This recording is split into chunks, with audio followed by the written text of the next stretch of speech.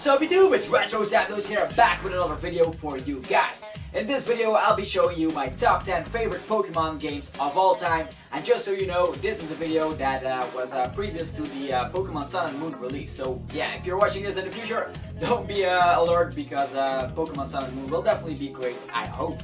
Yeah.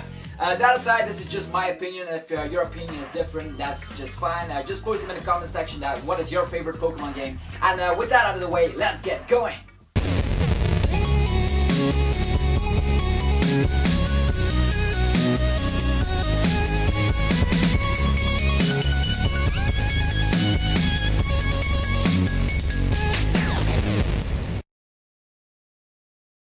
Alright, to start the list off, we start with the 5th generation of Pokemon. We have Pokemon White. When this came out, I was really impressed by how many Pokemon that were new in the game. The thing I noticed is that the only new Pokemon were able to appear besides Zubat and the Elvish Geodudes and stuff. But yeah, actually there was Rock'n'Rolla to replace Geodude. There was a lot of Pokemon that made me think about the 1st generation, we had Garbodor, just like a Grimer stuff. We also had like a Pokemon like Klinklang, which is obvious Magneton ripoff. So yeah, a lot of Pokemon that weren't that original, but there were a few good ones I enjoyed, like Haxorus and Chandelure. The legendary Zekrom and Reshiram were also really great. And the thing I enjoyed most about this is the Trainer N. The story in this game is really great. But this is just my top 10 favorite Pokemon game. I know they're all great, but I had to put a game at the bottom. Moving on, we have Black and White 2. I have the copy of Black 2 in my hand, but White 2 is on the same place as this one. This is a second version. This was something new they implemented. Usually we have like a 3rd installment into the generation, but this time around they thought, why not rewrite the story and make like a 2nd version, so that's why we have Black 2. We also have the international tournament in this game where Red shows up and all those favorite characters from all the games we played so far, which I really enjoyed, but also the fusion. There was a fusion, like a type of Digimon style, they fused together and stuff. They had like a Black Kyurem and a White Kyurem, so that was pretty interesting, but still there are better ways to have made a game like this. Some people think this is one of their favorites, but I personally think the more basic Pokemon games are just for me. This is just a little bit all over the place, and it's the odd one out of the generation family. Yes, on the number 8 spot we have, the last installment when I made this video. We have the X and Y, the 6th generation, the last generation when I made this video. So this was really great. It reminded me a lot of Kanto and the 1st generation. We have Mewtwo coming back with 2 Mega Evolutions. It's the same as Charizard. Just the fan favorites got a lot of hype, or actually a lot of stuff in this game. They made like Mega Stones for the X version and the Y version, which is something I didn't like because I wanted to collect them all and I had to buy 2 copies just to finish it. But yeah, we have this game, really great. Eevee also got a new evolution. We got the Kanto starter, so they went back to the original formula where it wasn't that all over the place. It's really, when you start the game you also go to a forest, reminded me of Viridian Forest. So a really great game, not too many legendaries, which is something I did not enjoy about the other games. Like they spammed the legendaries. Oh, a new game, let's put in hundreds of legendaries, they'll like it. But this was pretty simple. We had Xerneas and then Yveltal and Zygarde, but then there were more Volcanion, Diancie and Hoopa, which were actually event Pokemon. So pretty interesting. X and Y. Definitely play this game if you haven't already. Next up, on the 7th spot, we have Platinum. Platinum has always been one of my favorite games because I played it a lot. And this game actually I had like 120 hours stacked into this game. Yeah, I know, it's a lot. And the reason for that is that it's just so massive. Just think about it. We have Mount Coronet. It was a huge mountain where you had to go and defeat the Team Galactic stuff. There was also, in this particular version, we had the Distortion World where Giratina shows up like a demon out of the pit of hell and it attacks you and draws you into the Distortion World. Together with Cynthia, and that was really impressive and a really scary and dark topic for a Pokemon game. And there's also something I enjoyed here was the, I don't know what's it called, the Old Chateau, yeah. Where Rotom was there and there was some ghost here and there was a girl that was floating, or maybe a guy that was floating and a girl that was walking away. It was really creepy stuff in here. There also, the thing I noticed here is that the Safari Zone is the least favorite thing of my on this game. The Safari Zones mostly are fun, but in this game it was the Great March, and yeah, it didn't yeah, get to me that well. But besides that, it was a really great game with a lot of legendaries. Too bad certain Pokemon were event Pokemon like Arceus, but yeah, when I had the action replay, so I checked it out myself, so that was really great. Wow, a lot of stuff about Pokemon Platinum. Moving on to number 6, we go all the way to Generation 1. We have Pokemon Yellow. Pokemon Yellow is one of those games where you're a little kid, you get a Game Boy Color, and you see the fancy colors and Pokemon. You see the Pokemon actually in color for the first time ever, because Red and Blue was only for the original Pokemon, or actually the original Game Boy, and this one improved a lot, better sprites. Pikachu was following you, Gary had an Eevee as a starter, and the thing I enjoyed most is that his Eevee could turn into Vaporeon, Jolteon, or Flareon. It was actually a random based event or stuff. We don't know what caused it to transform into something else, but it was really surprising when Gary throws out his evolution in its final form. I really enjoyed that, and also a thing here is that they tried to get rid of Missigno, the famous glitch in Red and Blue, but they practically failed. But yeah, this game is still worth a lot of money, and I got some great replay value because the first generation games, even though it has a lot of flaws, it's really great to go back to, and you can play it on Stadium or Stadium 2 if you like to speedrun this thing. Okay, number 5, another old school game. We have the Crystal version. Crystal is a great version because it was massive. Just think about a Game Boy Color cartridge that holds 2 Pokemon generation games into one. We had 2 regions to explore, a lot of Pokemon to catch, gym leaders to beat. We had 16 badges to collect, 2 Elite Four. We had the Elite Four and the updated Elite Four, and then as well we have Red at the Mountain of Mount Silver. This game, wow.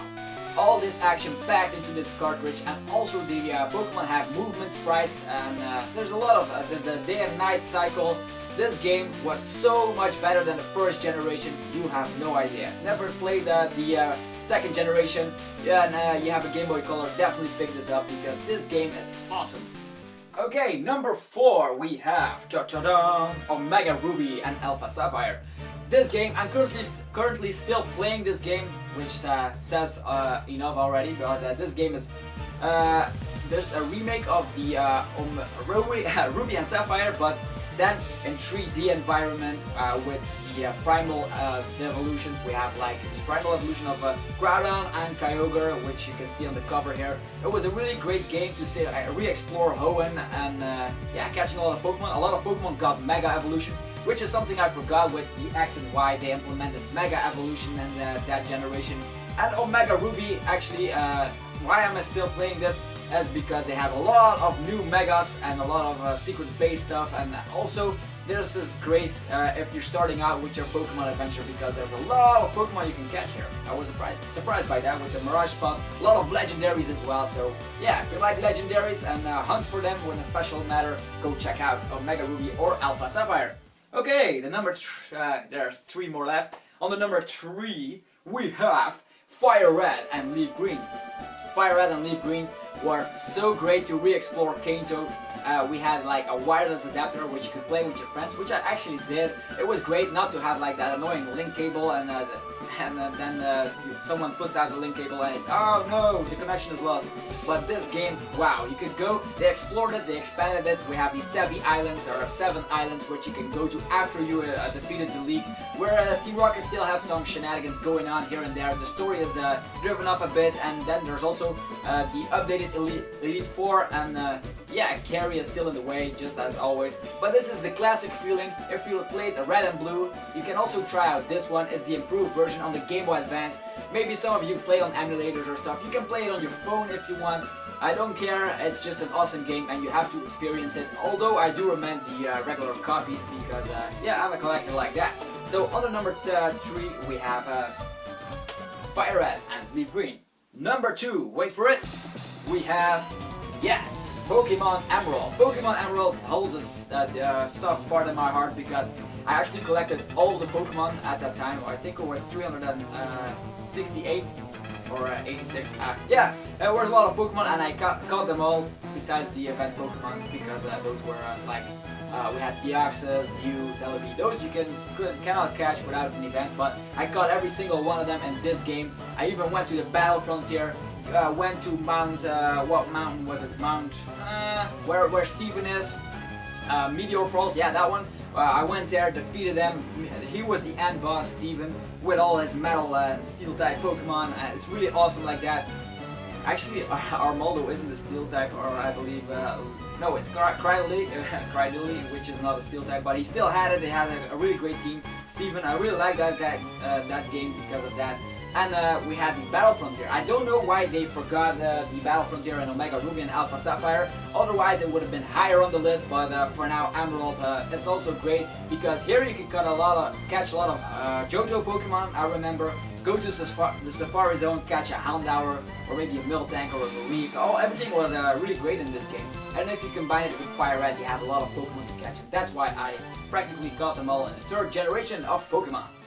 Okay, and now for the #1 spot. I know if you know me, you know what it already is, but it is Soul Silver.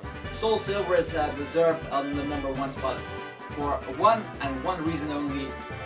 Yeah, actually 2 reasons. We have 2 worlds, which Crystal had, 2 amazing worlds to explore with a lot of extras, in combination with the Pokemon that follow you in the back, just like Pokemon Yellow. But every single Pokemon can follow you, which made the experience much richer, and it made you feel like you're actually in an adventure where the Pokemon are side by side with you, and you explore, and you can even, if you go on the walk, go to work, go to school, go on the bus, whatever, you can transfer your Pokemon to the Pokewalker and train them up here on the Pokewalker thing. It's like a Tamagotchi type of style thing, where it's like a pedometer. You can carry it around, and then you can get steps, and with steps you can encounter Pokemon, catch them, get items, get levels, and it was great to have in addition. This is the box version where the Pokewalker included. You also have the non-Pokewalker versions, but I do recommend this one because wow, just experience this one. This is awesome, action-packed, and then when Lugia shows up, or Ho-Oh at the Bell Tower, or maybe in the, what's it called, Whirlpool Islands, it's packed with a lot of stuff. As well, we have 16 badges to collect, same as usual, go to red, but then with a much better visual aspect. The graphics were really great for the DS at the time, and I enjoyed it a lot. There was also some mini games in here, I see. On the back of the cover, where you can just get some really interesting items like stones, I believe. So yeah, a lot of stuff. I think it was the Pokeathlon. That was really great. I played that a lot. So this is the #1 spot. Let me know what your favorite Pokemon game is of all time in the anticipation of Pokemon Sun and Moon, and I'll be reading every comment. So if you guys have an interesting game, and or maybe I forgot something interesting, that could be. I'm actually explaining the top 10 best Pokemon games the best as I can, and with that I'll leave you guys. Your opinion is also important. Leave it in the comment section. Smash the hell out of the like button if you enjoyed my top 10, and I'll be seeing you guys later. Bye. I'm so in love with you.